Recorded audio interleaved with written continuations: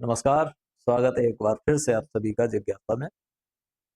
और हम पिछले वीडियो में द 4 ब्लॉक अप्रोच के बारे में जान चुके हैं कि 4 ब्लॉक अप्रोच क्या है। आज हम उन्हीं 4 अप्रोचेस में से जो पहली अप्रोच है ओरल लैंग्वेज, उसके बारे में डिस्कशन करेंगे थोड़ा विस्तार से। पिछले दिन हमने नॉर्मली 4 अप्रोचेस के बारे में जाना था। जनरली हमने ये जान लिया था, ये समराइज कर लिया था कि 4 ब्लॉक अप्रोच क्या है। 4 ब्लॉक अप्रोच दरअसल रिलेटेड है LSRW से, listening, speaking, reading and writing. उसी को शुरुआती 2 नामों को थोड़ा चेंज कर दिया गया। लिसनिंग और रीडिंग को लिसनिंग और स्पीकिंग को इकट्ठा कर दिया गया, उसे ओरल लैंग्वेज नाम दे दिया गया। और एक चीज और बीच में इंक्लूड कर दी गई जिसको नाम दे दिया गया वर्ड रिकॉग्निशन। तो 4 अप्रोचेज हैं क्या दरअसल, उनको फिर एक बार रिवाइज कर लेते हैं। पहली अप्रोच है ओरल लैंग्वेज, दूसरी अप्रोच है वर्ड रिकॉग्निशन, तीसरी अप्रोच है रीडिंग और चौथी है राइटिंग। इन्हीं 4 को हम एक एक करके विस्तार पूर्वक जानने का प्रयास करेंगे। तो पहला जिसको आज हम जानने का प्रयास कर रहे हैं वह है ओरल लैंग्वेज। हम अपनी बात शुरू करें इससे पहले जरा एक बार वीडियो को शेयर कर दीजिए और क्लास के अंत में ये जरूर बताइए कि आपकी क्लास कैसी चल रही है, सब कुछ ठीक है या कहीं पे कुछ परिवर्तन की आवश्यकता है, जिससे कि हम रोजाना अपने आप को और बेहतर बना पाएंगे। अगर आपके कमेंट्स हमें मिलते रहेंगे, आपके सुझाव, आपकी प्रक्रियाएं हमें मिलती रहेंगी, तो लगातार हम अपने आप को बेहतर बनाते हुए चलें। तो आइए हम शुरू करते हैं oral language development. Oral language development में सीधा सा ये है कि बच्चे को सुनने की आदत डलवानी है और बोलने की। वो बोलने लगे और सुनने लगे, चीजों को थोड़ा कनेक्ट करने लगे शब्दों के साथ। इसका मतलब उसकी ओरल लैंग्वेज डेवलप हो जाती है। और जब ओरल लैंग्वेज डेवलप हो जाती है तो इसका मतलब है कि हम अपने संपूर्ण प्रयास में से 60% काम कर चुके होते हैं। हमारे पास फिर बहुत थोड़ा सा काम बचता है और वो है रीडिंग और राइटिंग सिखाने का, जो कि अपेक्षाकृत बहुत आसान हो जाता है जब बच्चा ओरल लैंग्वेज सीख चुका होता है। तो आइए इधर क्या दिया गया है उसको हम जरा डिटेल में देख लें।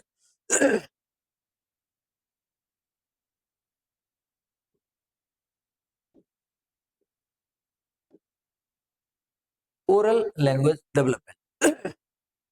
Children learn language by listening and speaking before they learn to read and right.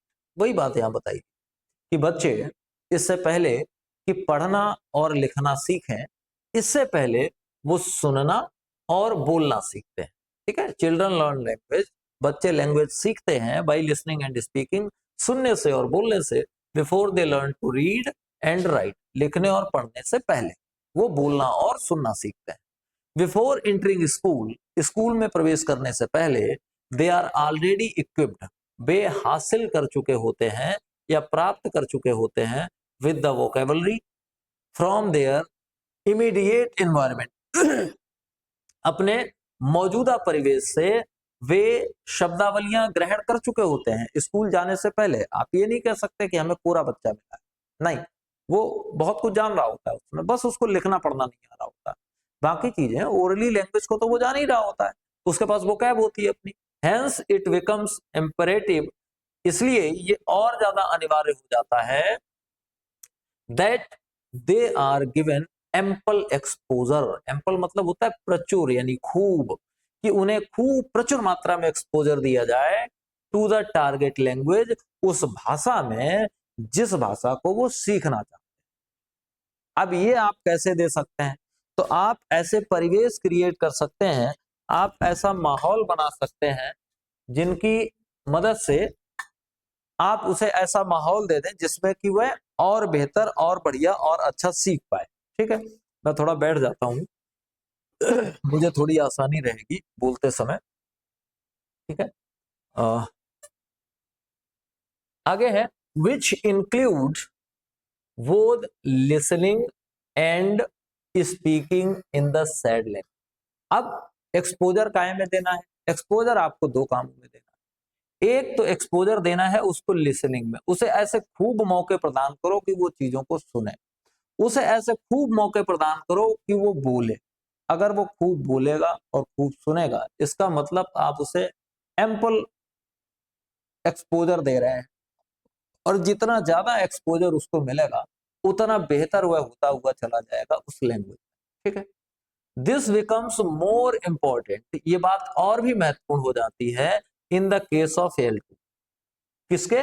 L2 के केस में, दूसरी भाषा के मामले में इस एक्सपोजर की बात और महत्वपूर्ण हो जाती है, क्योंकि ये काम उसके माता पिता नहीं करेंगे, ये काम उसका परिवेश नहीं करेगा, ये काम उसके पड़ोसी नहीं करेंगे, ये काम आपको ही करना पड़ेगा। आपको ही अर्थात ये काम टीचर को ही करना पड़ेगा, क्योंकि L1 के मामले में एक्सपोजर उसको घर पे भी मिल रहा है, वो जहां कहीं भी जा रहा है उसको वही एक्सपोजर मिल रहा है, वह पड़ोसियों के साथ है तो भी उनको एक्सपोजर मिल रहा है, वह अपने दोस्तों के साथ खेल रहा है तो L1 में उसे वो एक्सपोजर मिल रहा है, लेकिन L2 के मामले में वो एक्सपोजर उसको कहाँ मिलेगा? नहीं मिलेगा। तो ये टीचर की जिम्मेदारी है कि आर्टिफिशियली ऐसा एटमॉस्फेयर क्रिएट करे कि L2 के मामले में उसे विद्यालय समय में तो कम से कम उतना एक्सपोजर मिले जितना कि उसे मिलना चाहिए। तो ये और ज्यादा कठिन बात हो जाती है, महत्वपूर्ण बात हो जाती है किसमें? L2 के मामले में। As they already have little to no exposure in the language in their immediate environment। वही बात यहाँ बताई गई है कि they already have little, या तो उन्हें दूसरी लैंग्वेज में एक्सपोजर कितना होता है? बहुत कम, या फिर कितना होता है? नो एक्सपोजर होता ही नहीं to the language in their immediate environment. उनका जो अपना एनवायरनमेंट है उसमें L2 के लिए कोई एक्सपोजर नहीं होता है, क्योंकि उनके आसपास कोई अंग्रेजी नहीं बोल रहा है। उनके घर में उनके माता पिता, दादा दादी, भाई बहन, चाचा ताऊ, कोई अंग्रेजी नहीं बोल रहा। उनका पड़ोसी अंग्रेजी नहीं बोल रहा, जो बच्चे उसके साथ खेल रहे वो भी अंग्रेजी नहीं बोल रहे। अब उन्हें अंग्रेजी वाला एटमॉस्फेयर कैसे दिया जाए, एनवायरनमेंट कैसे दिया जाए? तो अध्यापक को वो अंग्रेजी वाला एनवायरनमेंट अपने विद्यालय में क्रिएट करना पड़ेगा, ताकि कम से कम 6 घंटे जब बच्चा उसके पास रहेगा तो उस समय तो उसे वो एक्सपोजर मिल जाए। शेष के 18 घंटे तो नहीं मिलेगा, लेकिन 6 घंटे का तो प्रयास उसको करना चाहिए। इट इज नेसेसरी, ये जरूरी हो जाता है, that they are immersed in the rich oral experiences to become comfortable with the sounds। अब ये बहुत जरूरी हो जाता है, they are immersed in rich oral experience, कि उन्हें ओरल एक्सपीरियंस खूब मिले, मौखिक एक्सपीरियंस खूब मिले, उन्हें वो भाषा खूब सुनने को मिले, खूब बोलने को मिले। It becomes comfortable to become comfortable, और जब वो इसको खूब सुनेंगे तो वो कैसे हो जाएंगे? कंफर्टेबल हो जाएंगे। काय के साथ? साउंड के साथ। जो ध्वनियां हैं उस भाषा की, उन ध्वनियों के साथ वो अपना एडजस्टमेंट कर लेंगे। अगर वो नहीं सुनेंगे तो जब भी सुनेंगे उन्हें अजीब अजीब लगेगा, उन्हें लगेगा कि पता नहीं कौन सी भाषा ये बोलने लगे और क्या बोलने लगे। तो साउंड के साथ उन्हें कंफर्टेबल करने के लिए जितना अधिक हो सके ओरल एक्सपीरियंस उनको मिलना चाहिए। रिदम उसका आए उसके लिए, वोकैबुलरी उसकी आने लगे इसके लिए चाहिए, and sentence pattern of L2। और L2 में सेंटेंसेस का पैटर्न क्या होता है, इस बात को समझने के लिए उसे ज्यादा से ज्यादा ऐसा माहौल चाहिए जिसमें L2 बोली जाती हो। अगर ये माहौल उसको मिलेगा तो वो बेहतर परफॉर्म कर पाएगा L2 के मामले में। ठीक है, आगे देखिए। This leads to improved listening comprehension, oral vocabulary development and using talk and conversation for learning। अब ये सब चीजें क्या क्या? खूब उसे साउंड्स मिले, रिदम उसको समझ में आए, वोकेबुलरी उसको आ जाए और सेंटेंस का पैटर्न उसको आ जाए। कैसे? जब उसके आसपास वो भाषा ज्यादा बोली जाएगी, ज्यादा सुनी जाएगी। तो अब ये क्या करता है? ये इंप्रूवमेंट की ओर ले जाता है लिसनिंग कंप्रीहेंशन को, ओरल वोकेबुलरी को, उसके डेवलपमेंट को, and using talk and conversation for learning. और इससे उसकी वार्तालाप का प्रोसेस बेहतर होता है, वो ज्यादा वार्तालाप कर पाता है। As per NCFFS 2022, oral language development comprises the following components। अब इसके अंग कौन कौन से हैं? कैसे ओरल लैंग्वेज को पढ़ाया जाना चाहिए, सिखाया जाना चाहिए, इसके बारे में एनसीएफ क्या कहता है? तो वही 4 बातें जिनके बारे में हमने हल्की सी चर्चा की थी पिछले वीडियो में, उन्हीं को थोड़ा एक्सप्लेन करके यहाँ पे दिया गया है। पहली चीज है पिक्चर कन्वर्सेशन। ये केवल दिमाग में आपको बैठा लेना है, जब लिखने की नौबत आएगी तो आप प्रॉपर्ली लिख पाएंगे, अगर दिमाग में आपके ये बात आ गई। पिक्चर कन्वर्सेशन का मतलब ये हुआ कि एक तस्वीर दिखाई गई, एक पोस्टर दिखाया गया, अब उस पे बच्चे बात कर रहे हैं, उस पे बात कर रहे हैं, अपने आइडियाज शेयर कर रहे हैं, दूसरों के आइडियाज को सुन रहे हैं, आप उसमें थोड़ी सी हेल्प भी करे दे रहे हैं, या वो बोलते समय अगर कहीं अटक रहे हैं तो आप उनको थोड़ी सी हेल्प करे दे रहे हैं कि ऐसे करके बोला जाएगा। इससे क्या होगा? एक तो बच्चे को ओपन एटमॉस्फेयर मिलेगा, दूसरा जब वो खुद बोलेगा ना तो उसको कॉन्फिडेंस मिलेगा, और जब ओपन एटमॉस्फेयर मिलेगा, एक्सपोजर मिलेगा, कॉन्फिडेंस मिलेगा, तो निश्चित तौर पे वो बेहतर सीखेगा। तो पहली चीज है पिक्चर कन्वर्सेशन, तस्वीर पे वार्तालाप। इंक्लूड्स डिस्कशंस, इस पे डिस्कशन हो, टॉक्स हो, बातचीत हो आदि। ऑन पिक्चर्स, पोस्टर्स, पोस्टर्स और पिक्चर्स पे, इन पे कन्वर्सेशन हो, बातचीत हो। Children are encouraged to share their observations. अब उन्होंने क्या पाया उसमें, अपने ऑब्जर्वेशंस को शेयर करने के लिए उन्हें इनकरेज किया जाना चाहिए, प्रोत्साहित किया जाना चाहिए। एंड थॉट्स, और अपने विचारों को भी, कि वो इन चीजों को प्रस्तुत करें, अपने विचारों को, अपने ऑब्जर्वेशंस को प्रस्तुत करें। आस्क क्वेश्चन, सबसे महत्वपूर्ण बात कि बच्चे प्रश्न भी पूछे। एंड लिसन, और फिर सुने। एंड रिस्पॉन्ड, और फिर जवाब दें। टू पीयर्स एंड अदर्स, अपने साथियों और अन्य लोगों के साथ बातचीत करें, उनसे प्रश्न पूछें, उनके उत्तरों को सुने, फिर उन पर रिस्पॉन्ड करें।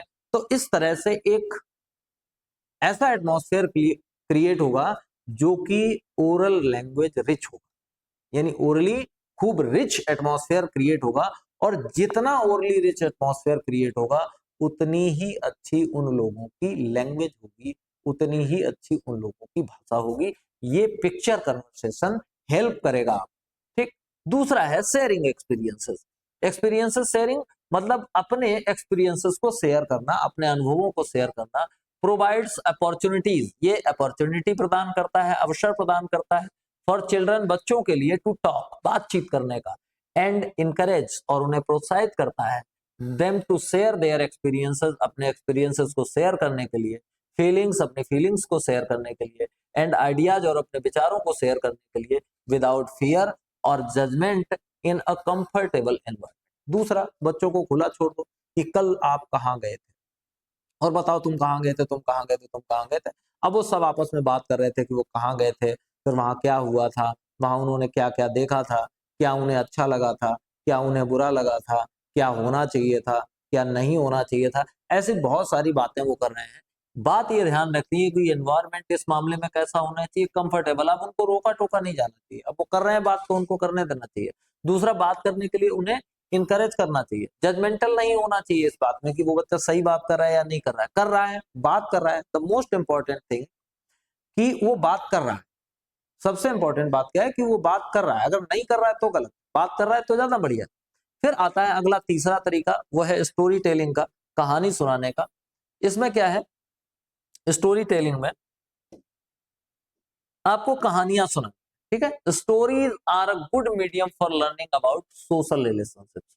सोशल, सामाजिक संबंधों को समझने के लिए स्टोरी जो है बहुत अच्छा माध्यम होती है। साथ ही एथिकल चॉइसेस, जो नैतिक विचार हैं उनको समझने के लिए भी, इमोशंस, भावनाओं को समझने के लिए, एंड लाइफ स्किल्स, और जीवन के कौशलों को समझने के लिए बहुत आवश्यक होती है कहानी। और अच्छी बात यह है कि कहानियों में इंटरेस्ट होता है, बच्चे बड़े इंटरेस्ट के साथ कहानियां सुनते हैं, और कहानियों में आई हुई बातों को वो अपने अंतर मन में बड़े आसानी के साथ बैठा लेते हैं, उसको बहुत आसानी के साथ वो एडेप्ट कर लेते हैं।